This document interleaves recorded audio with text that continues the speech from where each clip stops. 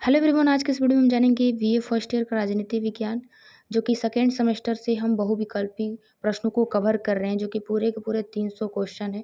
तो 100 प्रश्नों को लेकर हम एक वीडियो में चल रहे हैं। तो अभी तक मेरे चैनल से नहीं जुड़े तो जुड़ जाइए, और ये सभी जो वीडियो है आपको प्लेलिस्ट में मैं डाल दूँगी, वहाँ से आप जाके देख लीजिएगा। तो चलिए आज का वीडियो शुरू करते हैं पहले प्रश्न से। तो पहला प्रश्न है कि राजनीतिक स्वतंत्रता आर्थिक स्वतंत्रता के अभाव में केवल कल्पना है। ये किसका मत है? तो ये है GDH कोल का। प्रश्न दूसरा है कि समानता की तीव्र अभिलाषा ने स्वतंत्रता की आशा खत्म कर दी है। किसने कहा है? तो ये कहे हैं लॉर्ड एक्टन ने। प्रश्न 3 है कि स्वतंत्रता का अभिप्राय ऐसे वातावरण को बनाए रखना है जिसमें कि व्यक्ति को अपना पूर्ण विकास करने का अवसर मिले। स्वतंत्रता का अभिप्राय ऐसे वातावरण को बनाए रखना है जिसमें कि जो व्यक्ति है उसका अपना पूरा विकास करने का अवसर मिले। ये कथन जो है ये किसके द्वारा है? तो ये कथन है लास्की का। प्रश्न 4 है कि निम्नलिखित में से किस विचारक ने स्वतंत्रता एवं समानता को एक दूसरे का अनुपूरक माना है? तो ये मैकाइवर ने। प्रश्न 5 है कि स्वतंत्रता तथा समानता विरोधी हैं, किसका ये मत है? तो ये है डी डाकविले का। प्रश्न 6 है कि मिल के स्वतंत्रता संबंधी विचारों की आलोचना करते हुए किसने कहा था कि वह खोखली स्वतंत्रता का प्रवर्तक है? तो ये कहे हैं बार्कर ने। प्रश्न 7 है कि आर्नोल्ड ब्रेख्त ने न्याय संबंधी विचार किस ग्रंथ में संकलित किए गए? तो पॉलिटिक थ्योरी में। प्रश्न 8 है कि उदारवाद के अनुसार न्याय का स्रोत है, तो वो है न्याय का स्रोत क्या है? कानून है हमारा। प्रश्न 9 है कि न्याय का आधार प्रकृति है न कि मनुष्यों का अभिमत, किसने कहा है? तो ये कहे हैं सीसरो ने। प्रश्न 10 है कि प्रत्येक यानी कि हर समाज की एक व्यवस्था होती है और उस व्यवस्था के अनुरूप व्यवहार ही न्याय है। ये किसका मत है? तो ये मत है ऑगस्टाइन का। प्रश्न 11 है कि स्थापित कानून ही न्याय का स्रोत है, किसने कहा है?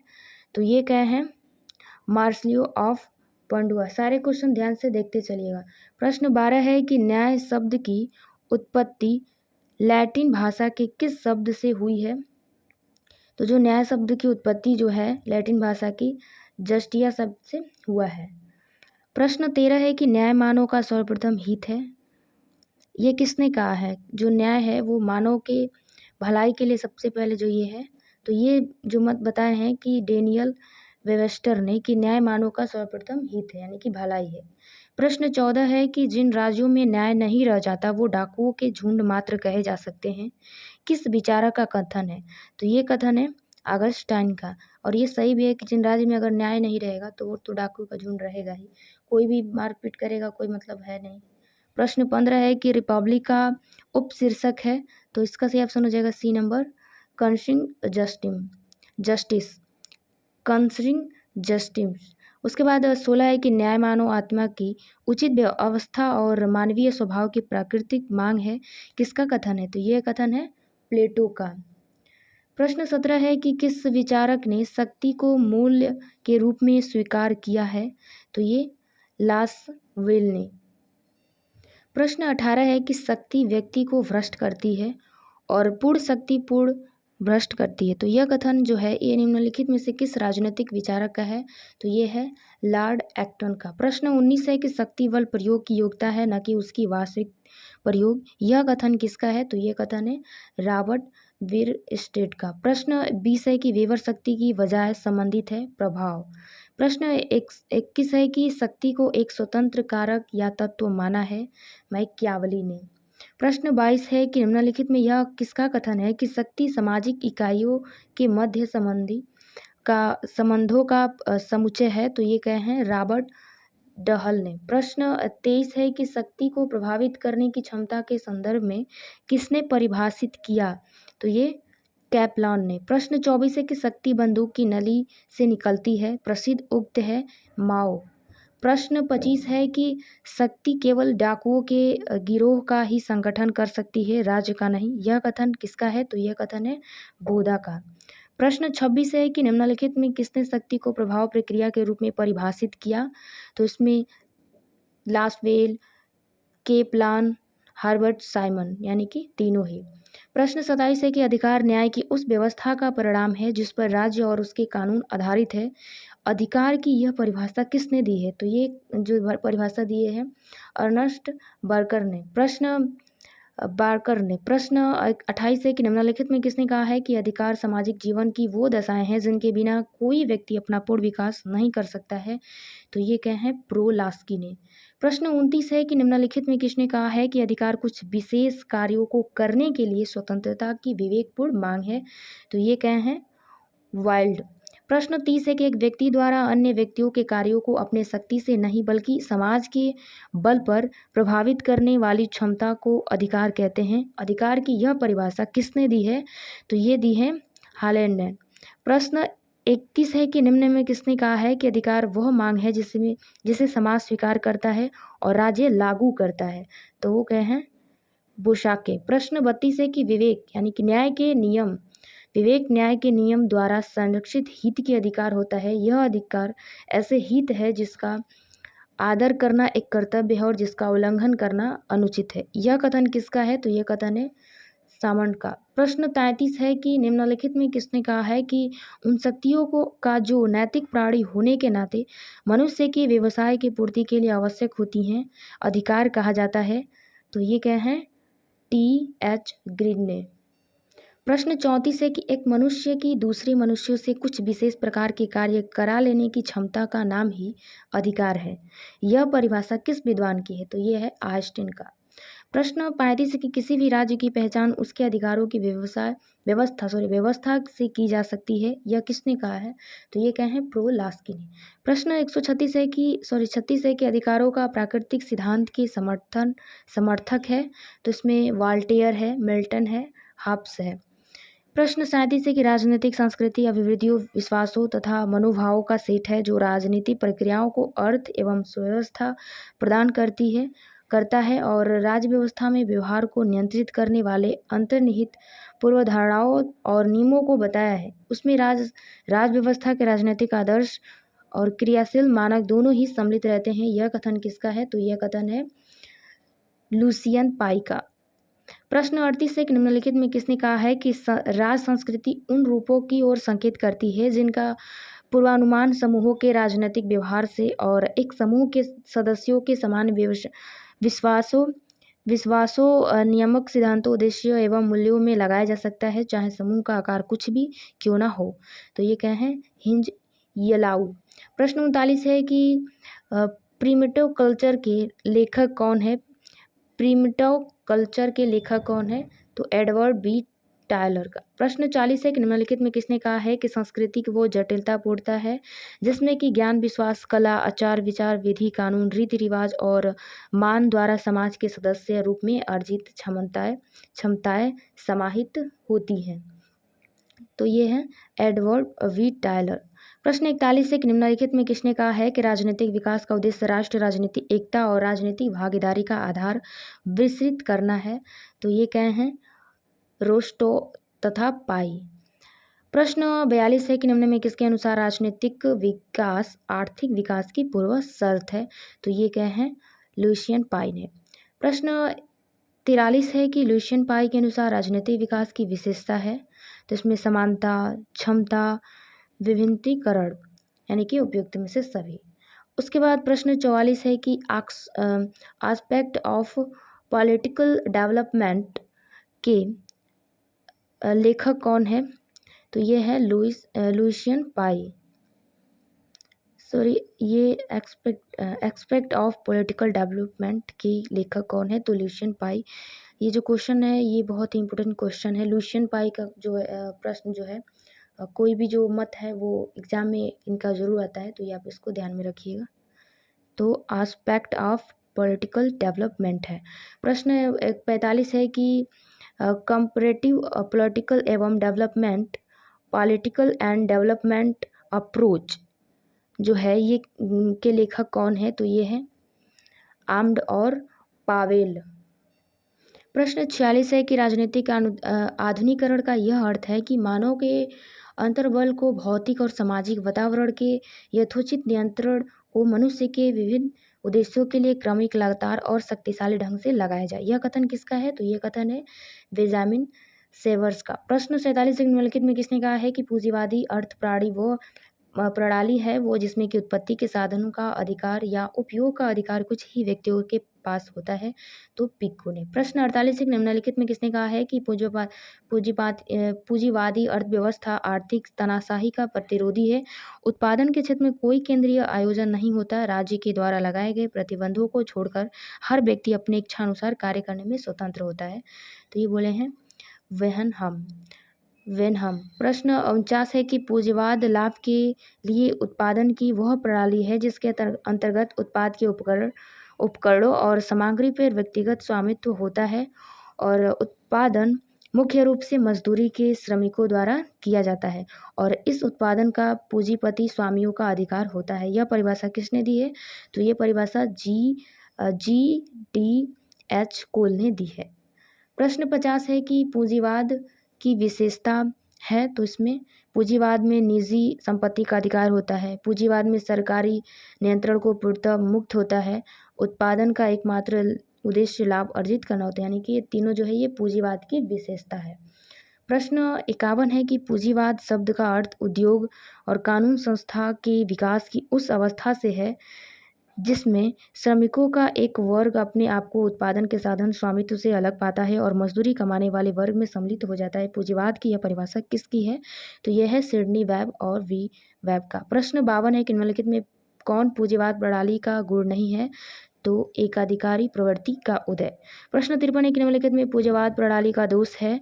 तो व्यापार चक्रों की उपस्थिति, सामाजिक परजीविता, सामाजिक कल्याण की अनुपस्थिति, यानी कि तीनों ही। प्रश्न 54 है कि निम्नलिखित में किसने कहा है कि साम्राज्यवाद का अर्थ गैर यूरोपीय जातियों का उससे सर्वथा भिन्न यूरोपीय राष्ट्र के शासन से है? तो ये क्या है? पार्कर टी मून ने। प्रश्न 55 है कि साम्राज्यवाद एक ऐसी नीति है जिसके उद्देश्य से एक साम्राज्य या एक ऐसे विशाल राज्य का निर्माण और अनुसरण करना होता है जो न्यूधिक विभिन्न प्रकार के इकाइयों के संयोग से बना हो और केंद्रीय इच्छा के अधीन हो। साम्राज्यवाद की यह परिभाषा किसने दी? तो ये मारिस जूलियस पॉन ने। प्रश्न 56 है कि निम्नलिखित में किसने कहा है कि चाहे कितना भी बहाने बनाए, नैतिकता का कितना ही ढोल पीटे, लेकिन सत्य यह है कि अधीन देशों पर शक्ति और हिंसा के बल पर विदेशी राज स्थापित करना साम्राज्यवाद है? तो ये क्या है? प्रोसुम्मा ने। प्रश्न 57 है कि आदर्शवाद को आध्यात्मिक सिद्धांत किसने कहा है? तो बोसांके ने। प्रश्न 58 है कि निम्न में किस विचारक ने आदर्शवाद को दार्शनिक सिद्धांत कहा? तो हाउस ने। प्रश्न 59 है कि निम्न में से किसको आदर्शवाद को निरंकुशतावादी सिद्धांत कहा है? तो CEM जोड को। प्रश्न 60 है कि निम्न में किसने आदर्शवाद को रहस्यवादी सिद्धांत कहा? तो मैकाइवर ने कहा है। प्रश्न 61 है कि निम्नलिखित में किसने आदर्शवाद को नैतिक सिद्धांत कहा? तो गैटेल ने। प्रश्न 62 है कि इंग्लैंड में आदर्शवादियों का संप्रदाय ऑक्सफोर्ड संप्रदाय के नाम से जाना जाता है। इस संप्रदाय से संबंधित विचारक नहीं है फ्रेडरिक हेगल। प्रश्न 63 है कि निम्नलिखित में कौन सी आदर्शवाद की प्रमुख मान्यता है? तो इसमें राज्य एक नैतिक संस्था, राज्य सामान्य इच्छा का प्रतीक है, राज्य सर्वशक्तिमान है। प्रश्न 64 है कि निम्नलिखित में किसने कहा है कि राज्य एक विशाल विश्व चेतना की अभिव्यक्ति है और व्यक्ति राज्य इसी चेतना के अंश है? तो कांट ने।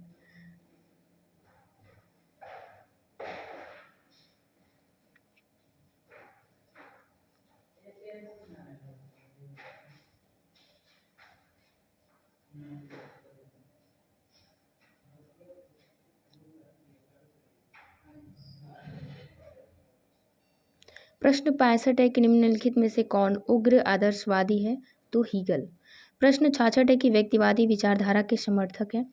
तो इसमें Bentham, John Stuart Mill, Herbert Spencer, यानी कि तीनों ही। प्रश्न 67 है कि निम्नलिखित में किसने कहा है कि पूंजीवादी अर्थ प्रणाली वो है जिसमें कि उत्पत्ति के साधनों का अधिकार या उपयोग का अधिकार कुछ ही व्यक्तियों के पास होता है? तो पिगू का। प्रश्न 68 है कि निम्नलिखित में किसने कहा है कि पूंजीवादी अर्थव्यवस्था आर्थिक तानाशाही का प्रतिरोधी है? उत्पादन के क्षेत्र में कोई केंद्रीय आयोजन नहीं होता। राज्य द्वारा लगाए गए प्रतिबंधों को छोड़कर हर व्यक्ति अपने इच्छानुसार कार्य करने में स्वतंत्र होता है। तो वेनहम का ये है। प्रश्न उत्तर है कि पूंजीवाद लाभ के लिए उत्पादन की वह प्रणाली है जिसके अंतर्गत उत्पादन के उपकरणों और सामग्री पर व्यक्तिगत स्वामित्व होता है और उत्पादन मुख्य रूप से मजदूरी के श्रमिकों द्वारा किया जाता है और इस उत्पादन के पर पूंजीपति स्वामियों का अधिकार होता है। यह परिभाषा किसने दी है? तो ये परिभाषा जो है GDH कोल। ये दोनों प्रश्न है, 2 बार आ गया है। प्रश्न 70 है कि पूंजीवाद की विशेषता है। तो इसमें पूंजीवाद की विशेषता है, पूंजीवाद में निजी संपत्ति का अधिकार होता है, पूंजीवाद सरकार नियंत्रण से पूर्णतः मुक्त होता है और उत्पादन का एकमात्र उद्देश्य लाभ अर्जित करना है। प्रश्न 71 है कि पूंजीवाद शब्द का अर्थ उद्योग और कानून संस्था के विकास की उस अवस्था से है जिसमें श्रमिकों का एक वर्ग अपने आप को उत्पादन के साधनों के स्वामित्व से अलग पाता है और मजदूरी कमाने वाले वर्ग में सम्मिलित हो जाता है। पूंजीवाद की यह परिभाषा किसकी है? तो यह परिभाषा है सिडनी वेब और वी वेब का। प्रश्न 72 है कि निम्नलिखित में कौन पूंजीवादी प्रणाली का गुण नहीं है? तो ये एकाधिकारी प्रवृत्ति का उदय। प्रश्न 73 है कि निम्नलिखित में पूंजीवाद प्रणाली का दोष है? व्यापार चक्रों के उपस्थिति, सामाजिक परिजीविता, सामाजिक कल्याण की अनुपस्थिति। प्रश्न 74 है कि निम्नलिखित में किसने कहा है कि साम्राज्यवाद का अर्थ गैर यूरोपीय जातियों पर उससे सर्वथा भिन्न यूरोपीय राष्ट्रों के शासन से है? तो पार्कर टी मून ने। ये जो 5 प्रश्न जो है ये 2 बार प्रश्न आ गया था, इसको हम छोड़ते हैं और हम यहाँ से आगे बढ़ते हैं 77 से कि राष्ट्रवाद के प्रतिपादन निम्न में से कौन है? तो वो है जॉन गॉटफ्रेड हर्डर का। प्रश्न 78 है कि निम्न में किसके अनुसार राष्ट्रवाद को चित्रित करना एक चुनौतीपूर्ण कार्य है? तो तारा स्नाइडर का। प्रश्न 79 है कि निम्न में किसने राष्ट्रवाद को एक औजार से ज़्यादा अहमियत नहीं दी और कहा कि हथौड़े से हत्या की जा सकती है, निर्माण नहीं। डेविस का ये है। प्रश्न 180 है कि राष्ट्रवाद की मार्क्सवादी व्याख्या के संदर्भ में कल्पित समुदाय की अवधारणा किसने दी? तो बेनेडिक्ट एंडरसन ने। प्रश्न 81 है कि हम भारतीयों के लिए सनातन धर्म ही राष्ट्रवाद है और धर्म के साथ राष्ट्रवाद गति करता है। उक्त विचार किसका है? तो यह है योगी अरविंद का। 82 प्रश्न है कि धर्म ही व्यक्ति और राष्ट्र को शक्ति प्रदान करता है, यह विचार निम्न में से किसका है? तो स्वामी विवेकानंद का ये विचार है। प्रश्न 83 है कि निम्न में कौन से अंतर्राष्ट्रीयवाद को ही राष्ट्रवाद का उन स्वरूप मानता है? तो बाल गंगाधर तिलक। प्रश्न 84 निम्न में किसने राष्ट्रवाद के आध्यात्मिक पक्ष का प्रतिपादन किया? तो हेगेल, फिक्टे, एनी बेसेंट सभी। प्रश्न 85 है कि राष्ट्रवाद एक आध्यात्मिक तत्व है, वह जनता के अंतरात्मा के व्यक्ति राष्ट्र ईश्वर का साक्षात रूप है, लेकिन राष्ट्रवाद केवल एक प्रक्रिया है, सामाजिक विकास की अवस्था है, न कि उसकी परिणति है। यह पूर्ण तत्व को तभी प्राप्त होगा जब विश्व बंधु का आदर्श पूरा होगा। उक्त ये विचार किसका है? तो एनी बेसेंट का है। इसको आप ध्यान में रखिएगा, एनी बेसेंट वाला। प्रश्न 86 है कि भगवान से प्रदत्त राष्ट्र हमारे घर जैसा है। उक्त विचार किसका है? तो रेनन का है। प्रश्न 87 है कि वैश्वीकरण का अर्थ है समाजों और अर्थव्यवस्थाओं का राज्यों की सीमाओं के आर पार सूचना, विचारों, प्रौद्योगिकी, समान सेवा, पूंजी, वित्त और मनुष्य के निर्बाध आवागमन के फलस्वरूप एकीकरण। यह कथन किसका है? तो यह कथन है सी रंगराजन का। प्रश्न 88 एक निम्न में किसने कहा है कि वैश्वीकरण उन प्रक्रियाओं का समूह है जिसके द्वारा संसार के लोगों का एक समाज, एक विश्व समाज में समायोजन हो जाता है? तो ये कहे हैं आल्ब्रो ने। प्रश्न 89 एक निम्नलिखित में किसने कहा है कि वैश्वीकरण एक अविरल गतिशील क्रिया है जिसके लक्ष्य पूरे संसार को एक इकाई और संसार के लोगों को चेतना को विश्वमुखी बनाना है? तो ये राजन हर्ष का।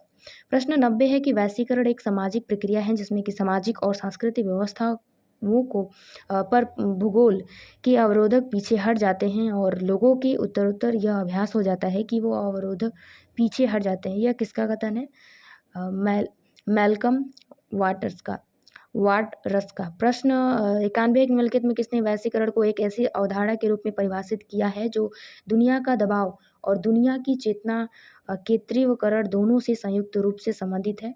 तो रॉबर्टसन ने। प्रश्न 92 निम्नलिखित में किसने कहा है कि वैश्वीकरण विभिन्न सीमाओं पर के आर पार कॉर्पोरेट कंपनियों के फैलाव की सक्रिय प्रक्रिया भी है और साथ ही पार सीमा सुविधाएं और आर्थिक संबंधों को एक संरचना भी है जिसके लगातार विकास हो रहा है और जो आगे बढ़ रही है त्यों त्यों परिवर्तन हो रही है? तो ये क्या है? एडवर्ड एस हरमन ने। प्रश्न 93 है कि वैश्वीकरण वह प्रक्रिया जिसके द्वारा सामाजिक संबंध अपेक्षाकृत दूरी रहित और सीमा रहित गुण ग्रहण करते हैं। वैश्वीकरण की यह परिभाषा किसने दी? तो ये दी है वैथलिस तथा स्मिथ ने। प्रश्न 94 है कि निम्नलिखित में से वैश्वीकरण का तत्व है उदारीकरण, मुक्त व्यापार और निजीकरण यानी कि उपयुक्त में से सभी। प्रश्न 95 है कि निम्नलिखित में कौन सा सिद्धांत नारीवाद के निकट है? तो राज्य का उदारवादी सिद्धांत। प्रश्न 96 है कि निम्नलिखित में से नारीवाद का प्रमुख उद्देश्य क्या है? तो समाज में लैंगिक समानता स्थापित हो। प्रश्न 97 है कि निम्नलिखित में कौन महिलाओं को पुरुष के समान नहीं मानता है? तो ये है अरस्तु। प्रश्न 98 है कि नारीवाद आंदोलन का उदय माना जाता है 19वीं सदी के उत्तरार्ध में। प्रश्न 99 है कि a woman women is made not born, यह किसका सिद्धांत है? तो ये सिद्धांत है दी बोवा।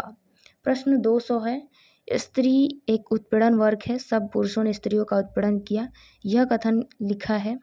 तो ये कथन इनमें से कोई मतलब जो है इसमें से कोई भी नहीं है। तो आज के वीडियो में बस यहीं तक। जो नेक्स्ट वीडियो